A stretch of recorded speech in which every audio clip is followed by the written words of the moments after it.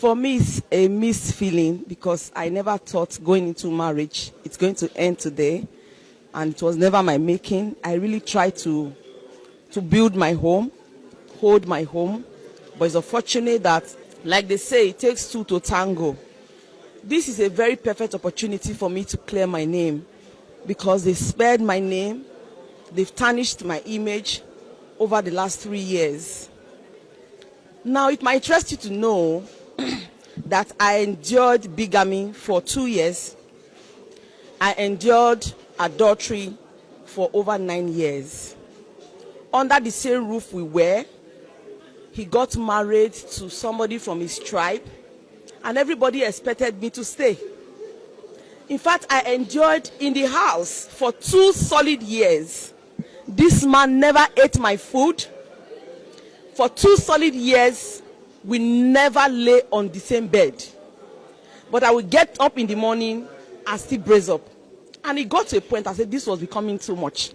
And now what will interest you is this.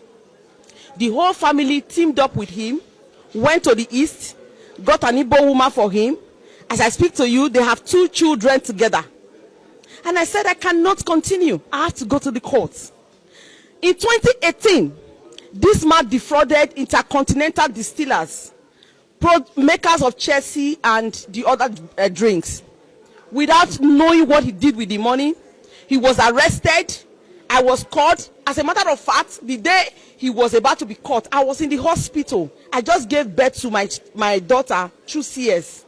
He came that evening and he said people were running after him. They were chasing him. And I said, chasing you for what? He said he's going to call me to give me the information. I said, okay. He called me and told me that, oh, he has some things in his company he's owing. I said, if you are owing your company, let's go and meet them and sort it out. It's something you can pay. He said he can't go alone. I took excuse from my doctor that can I go even with the stitches I had bandage with me. He said yes. We drove there. Not knowing that the company, their office at that time was at Slope. They arranged 2 policemen on plain clothes. Immediately we got there, they handcuffed him. They took him to State Command. It was later I got to know that he had defrauded the company 44 million naira, that I didn't know what he did with the money. For the name not to tarnish, because my name at the time was Imbere, I said, I told the company I was going to pay. Before I could raise the money, they remanded him to Oko. I still raised the money, signed the undertaking that I was going to pay the money. The company went to his warehouse and they removed all the goods that were there.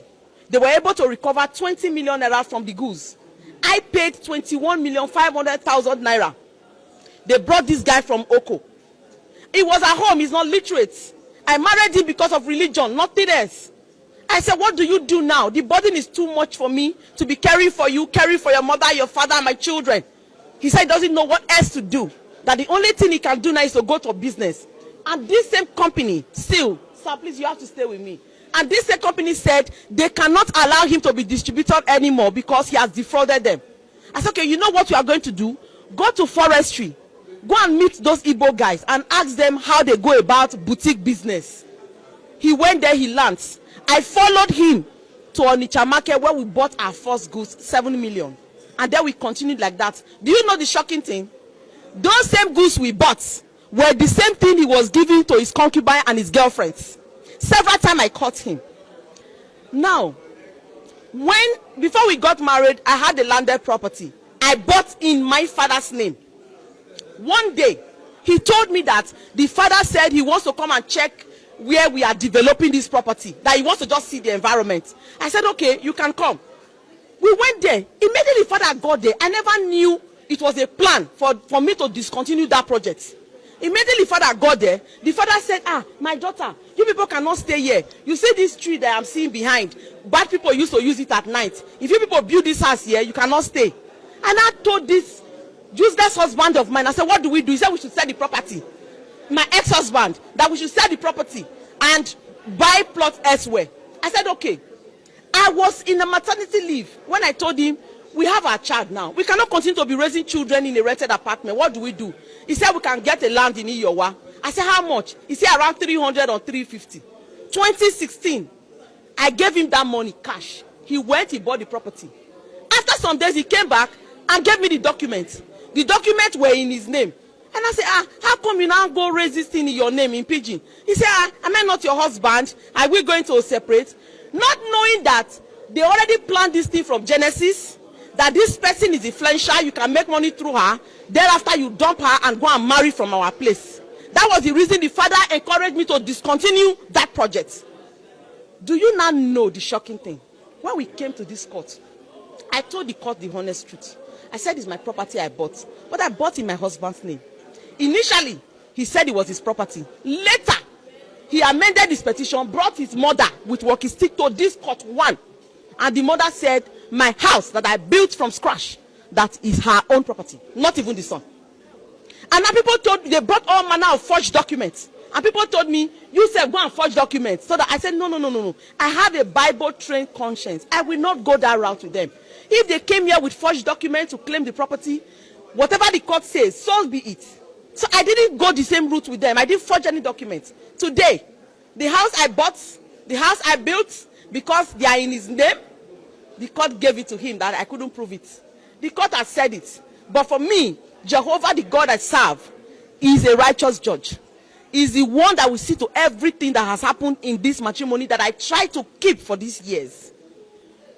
I am happy that they said I should have my children. Do you know how wicked they are? For 3 years, they denied me access to my children.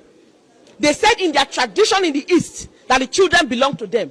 Not even 1 hour did they allow my children to stay with me. Not even on weekends, not even on holidays. But I'm happy. That is the profit, that is the gain from this marriage that has ended today. And to everybody who has been thinking evil of me, that I couldn't keep my home, it wasn't my fault. I couldn't keep up and put up with bigamy that he was doing. He wanted me to be there and with the second wife, then raising the children together. And I said, I cannot do that. My mental health was at stake. I want to thank the Chief Judge of Edo State who has delivered this. Even though they've taken my property, I am happy I have my children, and I'm happy that this marriage has been dissolved. Thank you so very much, everyone.